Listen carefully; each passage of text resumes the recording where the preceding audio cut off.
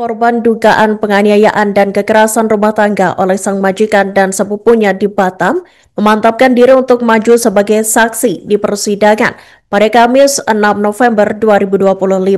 Wanita 22 tahun dengan rambut kepang dua itu duduk di hadapan majelis hakim. Kantung dan kelopak mata Intan Tuaniku masih hitam, menandakan ia masih memiliki luka fisik yang belum sembuh. Dalam persidangan, Intan menjawab pertanyaan jaksa dan mengungkap bahwa jika dia telat bangun, tidak hanya omelan yang diterima, namun juga kekerasan fisik. Dan untuk informasi selengkapnya, Tribuners, kami telah terhubung dengan jurnalis dari Tribun Batam, Ujek Swaiba. Silakan rekan Ujek Swaiba dengan laporan selengkapnya. Baik, terima kasih rekan Iraka. Seperti yang disampaikan tadi bahwasanya kemarin pada Kamis 6 November 2025, dua terdakwa kasus kekerasan mengenakan baju tahanan Tribuners berjalan menuju dan memasuki ruang sidang di Pengadilan Negeri Batam. Mereka adalah Roslina dan juga Merliati. Roslina ini majikan dan Merliati ini adalah sepupu korban dalam kasus dugaan kekerasan terhadap asisten rumah tangga bernama Intan Tuanegu. Nah, sidang dibagi dalam dua agenda. Untuk Roslina sendiri, majelis hakim menjadwalkan adalah mendengarkan tanggapan dari jaksa penuntut umum atas eksepsi dari penasehat hukum terdakwa.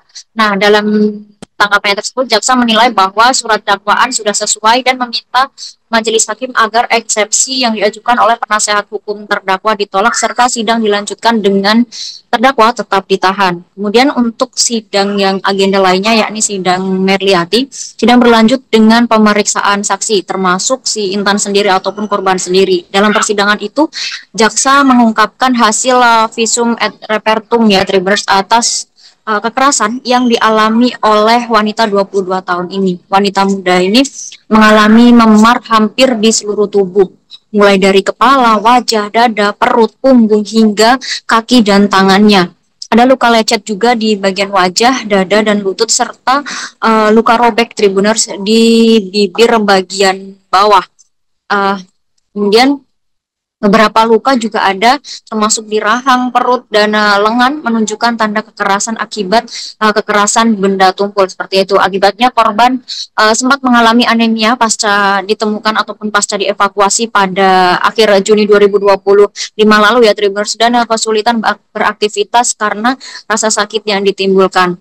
Nah, saat sidang sendiri, Intan sebagai saksi dalam perkaranya kasus Merliati. Dia datang dengan wajah cukup letih Tribuners dan kantung mata yang masih menghitam. Dalam kesempatan itu, ia mengaku bahwa bekerja di rumah Roslina itu sejak tahun 2024 atau tepatnya pada bulan Juni 2024 dengan gaji 1.800.000 per bulan. Ia bertugas bersih-bersih rumah dan juga mengurus 16 ekor anjing peliharaan milik si Roslina ini. Sejak bekerja, ia tak pernah menerima upah tersebut secara langsung. Malah pernah meminta gaji untuk keperluan mendesak di kampung halamannya, dan Roslina hanya mengirimkan 1 juta rupiah, dan itu pun dihitung dengan catatan hutang ataupun catatan pinjaman seperti itu. Di depan majelis hakim, Intan mengaku ponselnya disita dari awal bekerja. Makan sekali sehari, itu pun makan dari sisa tanpa ada lauk yang bernutrisi seperti itu. Kemudian ia hanya tidur selama 4 jam, tepatnya dari jam 12 malam hingga 4 subuh ya Tribuners, sempat di dini hari, dan bila terlambat bangun ia akan dikenai hukuman. Kekerasan yang ia rasakan ini mulai dari dijambak, dipukul, bahkan disetrum menggunakan raket nyamuk, serta makan dan minum dengan kotoran anjing seperti itu. Sidang ini juga mengungkap bahwa permasalahan anjing peliharaan sang majikan yang bertengkar itu pun juga dihitung kesalahan dari Intan. Nah, dalam sidang jaksa menunjukkan juga ada 3 buku ya Tribun sebagai barang bukti, dan buku itu disebutkan buku dosa, di mana kesalahan Intan dan juga Merliati dicatat dalam buku tersebut. Nah, dari buku tersebut juga terlihat adanya potongan gaji yang dibuat oleh Roslina apabila kedua ART-nya itu si Roslina dan juga maksud saya Merliati dan juga Intan melakukan kesalahan. Dan Intan mengaku setiap harinya ia baru boleh makan setelah sang majikan dan juga Merliati itu selesai makan, karena dianggap jijik bila ia makan terlebih dahulu seperti itu.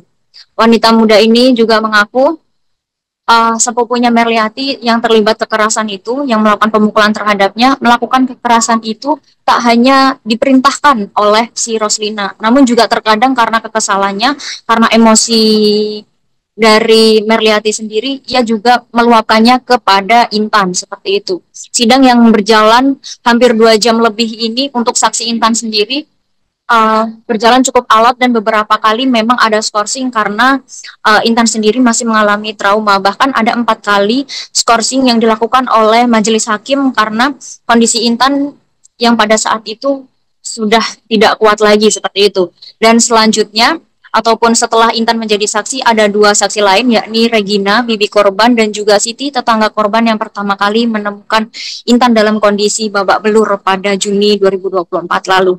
Nah, dalam sidang ini juga pendamping korban Romo Pascal juga hadir dalam persidangan ini sendiri.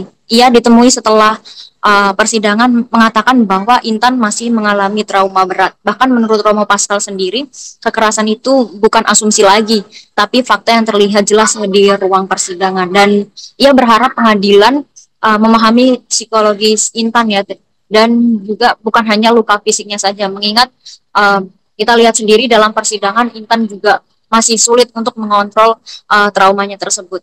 Untuk sidang selanjutnya akan digelar pada Senin 10 November 2025 dengan agenda untuk Roslina yakni sidang putusan sela, dan untuk Merliati sendiri akan menjalani sidang lanjutan keterangan saksi. Mungkin itu saja rekan Iraka yang dapat saya laporkan dari Batam, Kepulauan Riau.